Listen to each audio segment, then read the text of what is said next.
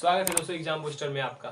आइए आज का इंडियन ज्योग्राफी का पहला चैप्टर भारत की स्थिति और विस्तार के बारे में अध्ययन करते हैं। प्रारंभिक समय में किसी भी देश में कहीं भी जाने के लिए एक निश्चित स्थिति ज्ञात करने के लिए कोई भी ऐसा कोई पैमाना, कोई भी मेजरमेंट, कोई भी लेंथ नहीं था।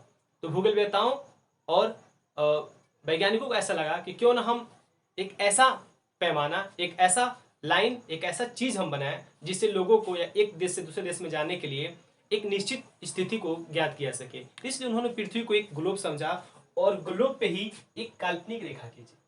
ये मत समझिएगा एक पृथ्वी है तो पृथ्वी पे ही मैंने एक लाइन खींच दिया, पृथ्वी पे ही एक रेखा खींच दिया, नहीं। पृथ्वी को एक ग्लोब माना गया और ग्लोब पे ही एक काल्पनिक रेखा खींचा गया और वही काल्पनिक रेखा पृथ्वी पे अक्षांश रेखा और देशांतर रेखा कहलाती है। अब अक्षांश रेखा क्या होती है? देखिए, अक्षांश रेखा पश्चिम से पूरब क्षैतिज रेखा होती है। पश्चिम से पूरब क्षैतिज रेखा को अक्षांश रेखा कहते हैं। उत्तर से दक्षिण ऊर्ध्वाधर रेखा को देशांतर रेखा कहते हैं। तो कहीं से रेखा तो शुरुआत होगी।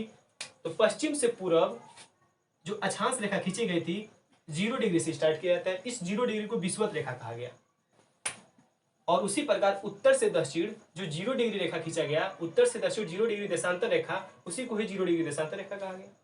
और इसी 0 डिग्री देशांतर रेखा को इंग्लैंड के एक ग्रीनविच शहर से गुजारा गया, तो इसलिए इसको देशांतर रेखा के साथ साथ 0 डिग्री ग्रीनविच टाइम लाइन भी कहा जाता है, जिससे सारे देश अपने स्टैंडर्ड टाइम को ज्ञात करते हैं, अपने मानक समय का निर्धारण करते हैं।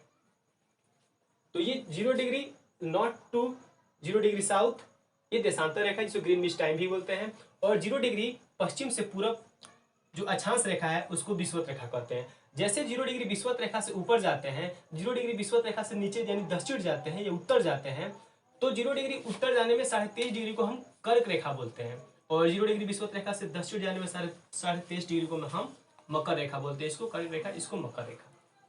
ठीक है।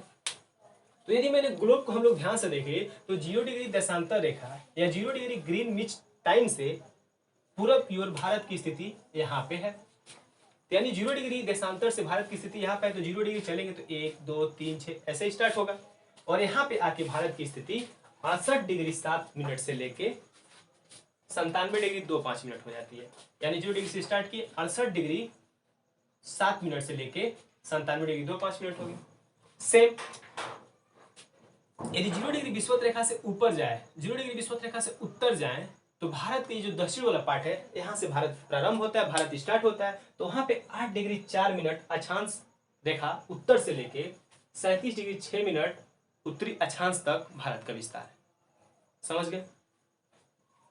यानी 68 डिग्री 7 मिनट पूर्वी देशांतर से लेके 97 डिग्री 5 मिनट पूर्वी देशांतर तक, 8 डिग्री 4 मिनट उत्तरी अक्षांश से लेके 37 डिग्री 6 मिनट उत्तरी अक्षांश तक भारत का एक विस्तार है।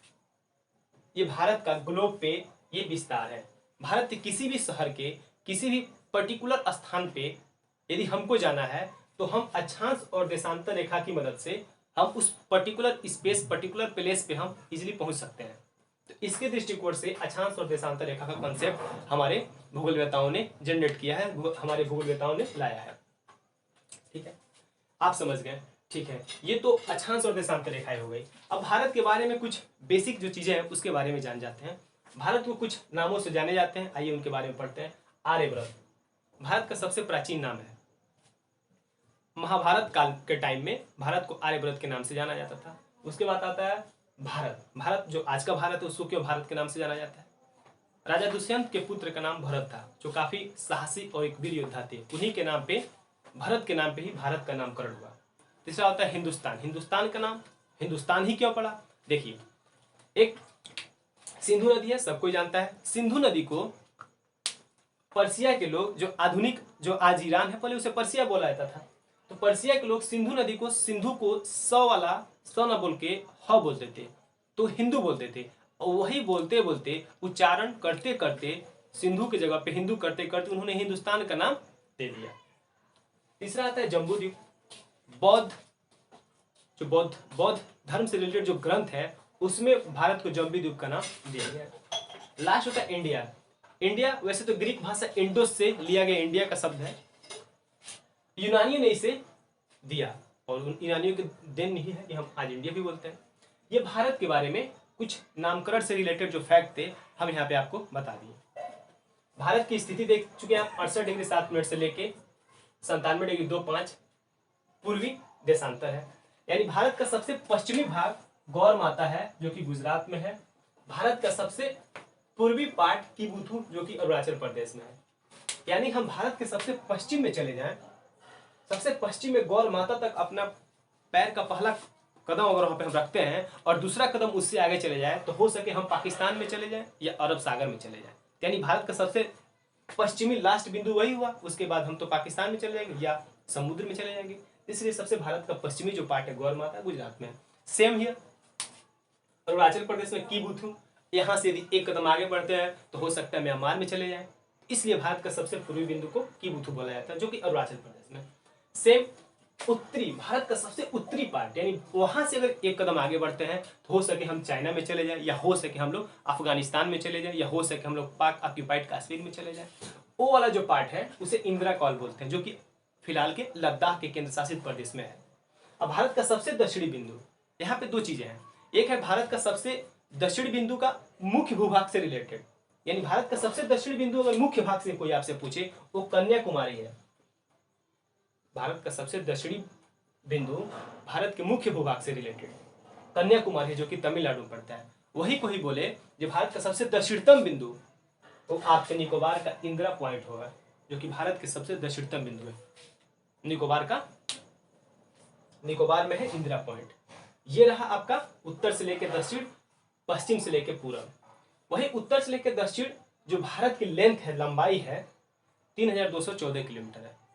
3214 किलोमीटर उत्तर से लेकर साउथ तक, यानी हमको इंदिरा कॉल से लेके अगर कन्याकुमारी तक ट्रेन से आना हो तो हमको 3214 किलोमीटर की लंबाई तय करनी होगी। सेम हियर अगर हमको गौर माता से किबुथु तक जाना है तो हमको 2933 किलोमीटर की दूरी तय करके जाना पड़ेगा। ठीक, ये यहाँ पे हो गए। और भारत के कुछ पड़ोसी देश हैं, आप सबको अवेयर होंगे।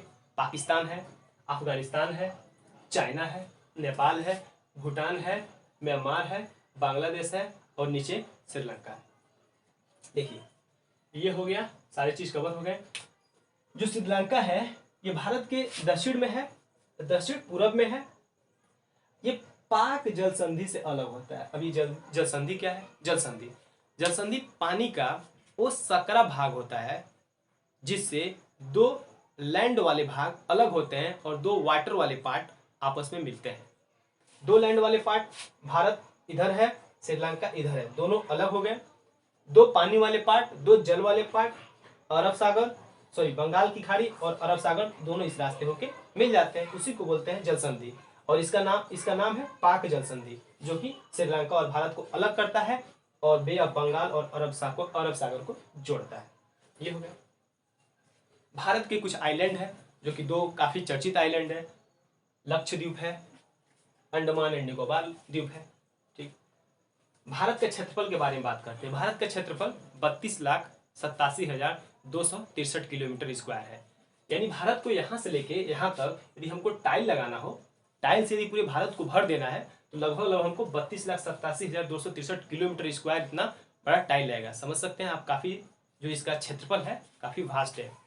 और इसी वास्ट क्षेत्रफल होने के कारण ही भारत दुनिया का 7वां सबसे बड़ा देश है। हाँ, भारत दुनिया का 7वां सबसे बड़ा देश है। पहला है रसिया, दूसरा है कनाडा, तीसरा है चाइना, चौथा है यूएसए, पांचवा है ब्राजील, छठा है ऑस्ट्रेलिया, सातवां है भारत। ठीक है, अगर पूरी दुनिया के अगर लैंड को हम 100% मान ले, अगर पूरी दुनिया की धरती 100% है तो उसमें भारत के धरती का भाग कितना होगा? 2.43%। जैसे मान लेते हैं पूरी दुनिया की लैंड इतनी हो गई तो उसमें 2.43% भारत की लैंड को आप निकाल दीजिए।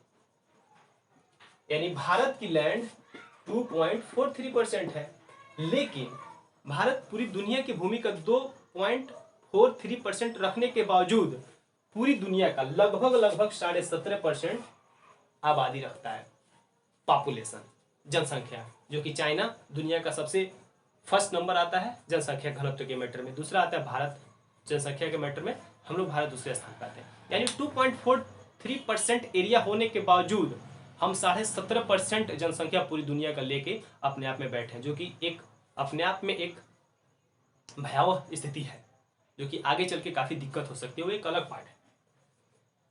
समझ गए? ठीक है। मानक समय की बात करते हैं। मानक समय क्या होता है?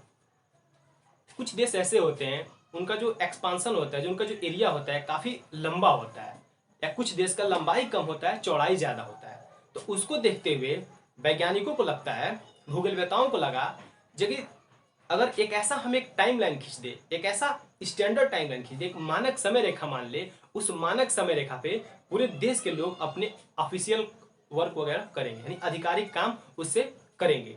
तो उन्होंने इस प्रकार स्टैंडर्ड टाइम लाइन की खोज की, मानक समय रेखा की खोज की। तो अगर मेरे भारत में बात करें, अपने भारत के बारे में, तो भारत का जो लेंथ है या ब्रेथ है, जो चौड़ाई है, लगभग 30 डिग्री का अंतराल है। लगभग 30 डिग्री का अंतराल है। 30 डिग्री अंतराल होने के बाद काफी लंबा है। तो इसको देखते हुए अपने इंडिया का जो स्टैंडर्ड टाइम लाइन है उसे भारत के लगभग बीचों बीच पार्ट से गुजारा गया है। लगभग बीचों बीच पार्ट से गुजारा गया। कौन है पार्ट वो? इलाहाबाद के नैनी से होकर जाती है और 5 राज्यों से होकर जाती है। 5 राज्य कौन है? उत्तर प्रदेश है, मध्य प्रदेश है, छत्तीसगढ़ है, उड़ीसा है और आंध्र प्रदेश है। ठीक है। और दोस्तों हम यहाँ पे आपको समझा रहे थे कर्क रेखा। कर्क रेखा देखिए 0 डिग्री विषुवत रेखा यानी अक्षांश 0 डिग्री अक्षांश रेखा से 23.5 डिग्री नॉर्थ जाए यानी उत्तरी साइड में जाए तो 23.5 डिग्री देखिए भारत को 2 बराबर भागों में बांटता है। तो भारत को यहाँ पे 2 बराबर भागों में जो बांट रहा है वही है कर्क रेखा, जिसमें क्या गुजरात, राजस्थान, मध्य प्रदेश, छत्तीसगढ़, झारखंड, पश्चिम बंगाल, त्रिपुरा और मिजोरम से होकर भारत के 8 राज्यों से होकर गुजरता है। ठीक है। अब भारत के अंतर्राष्ट्रीय स्थलीय सीमा की बात करते हैं। भारत काफी बड़ा देश है, तो जाहिर सी बात है इसकी जो अंतर्राष्ट्रीय सीमाएं हैं अनेक देशों से लगेंगी। तो यदि भारत की अंतर्राष्ट्रीय सीमा, यदि लैंड से मैं बात करूं, धरती से, भारत की जो भूमि है, भारत की जो धरती है, दूसरे देश की धरती, दूसरे देश की लैंड, दूसरे देश के स्थल से जुटती है, वो यहाँ पाकिस्तान होते हुए, अफगानिस्तान होते हुए, चाइना होते हुए, नेपाल होते हुए, भूटान होते हुए, म्यांमार होते हुए, ये बांग्लादेश है। लगभग 8 देशों से 1 2 3 4 5 6 7 लगभग 7 और 8 देशों से लगभग हमारे अंतर्राष्ट्रीय जो सीमा है लगती है। तो अंतर्राष्ट्रीय जो स्थलीय सीमा की लंबाई है अपने देश की 15,200 किलोमीटर है। यहाँ से स्टार्ट करके यहाँ से हम चलते हुए आए, यहाँ से चलते हुए आए, फिर यहाँ पे बांग्लादेश को भी यहाँ पे ले लें तो हमारी सीमा जो है 15,200 किलोमीटर है। ठीक है। अब जो हमारा ये दक्षिण का जो पार्ट बच गया, जो हिंद महासागर के एकदम मेन सेंटर में पड़ता है, जिसको बोलते हैं भारत का प्रायद्वीपीय प्रदेश, भारत का प्रायद्वीपीय पठार, इंडिया का पेनिसुलर प्लेट, ये समुद्र तट से, इसकी बॉर्डर समुद्र तट से लगती है। तो अगर समुद्र तटीय से भारत की यदि समुद्र तटीय मुख्य भूभाग की लंबाई की बात करें तो 6,100 किलोमीटर है। उसके साथ साथ हमारे आइलैंड भी है, लक्षद्वीप है और अंडमान निकोबार है। यदि दोनों के लेंथ को भी जोड़ लें तो हमारा 7,516 किलोमीटर हो जाएगा। यानी 7,516 किलोमीटर क्या है, हमारी जो लैंड है वो पानी से, जल से अपनी सीमा साझा करती है। ये हो गया। और दोनों को हम ऐड कर देते हैं, यानी 7,516 किलोमीटर और 15,600 किलोमीटर, 15,200 किलोमीटर को दोनों को ऐड कर देते हैं तो भारत की कुल अंतर्राष्ट्रीय या कुल स्थलीय और जलीय सीमा की लंबाई 22,716 किलोमीटर है। 22,716 किलोमीटर हमारी कुल अंतर्राष्ट्रीय लंबाई हो गई। बोला जाता है भारत, इंडिया एक सब कंटिनेंट है, इंडिया एक उप महाद्वीप है। इंडिया एक उप महाद्वीप इसलिए कहा जाता है क्योंकि इंडिया का जो साउदर्न पार्ट है इस तीनों ओर से जल से घिरा हुआ है और अपने आप में भारत एक विशाल देश है और इसके जितने भी पड़ोसी देश हैं कहीं न कहीं भारत से अटैच हैं, भारत से उनका अस्तित्व है, इसलिए भारत को एक सब कंटिनेंट, एक उप महाद्वीप बोला जाता है। और भारत का जो नीचे, भारत की जो दक्षिणतम साइड में है वहां पे इंडियन ओशियन है, यानी भारत के पश्चिम साइड में इंडियन ओशियन का ही पार्ट है। बे ऑफ बंगाल, बंगाल की खाड़ी पश्चिम साइड में है, अरब सागर, अरबियन सी, ये इंडियन ओशियन का ही पार्ट है। और इंडियन ओशियन दुनिया का एकमात्र ऐसा महासागर है जिस महासागर का नाम किसी देश के नाम पे पड़ा है। ऐसा इसलिए पड़ा क्योंकि भारत की जो स्थिति है, भारत की जो पोजीशन है वो मिड में है, सेंटर में है। जो इंडियन ओशियन में सेंटर रोल में प्ले करता है, मतलब एक अहम उसका योगदान है, इसलिए उसको इंडियन ओशियन नाम दिया गया। तो दोस्तों ये रहा भारत का फर्स्ट चैप्टर, भारत की स्थिति एवं विस्तार से रिलेटेड जितनी भी चीजें हैं यहाँ पे आपको कवर कराए गए हैं। इसका भाग 2, भारत की स्थिति एवं विस्तार का भाग 2 आने वाले टाइम में आपको जल्द ही मिलेंगे। दोस्तों अगर आपको वीडियो अच्छा लगा है आपको, तो हमारे चैनल को सब्सक्राइब करें, शेयर करें, लाइक करें। धन्यवाद।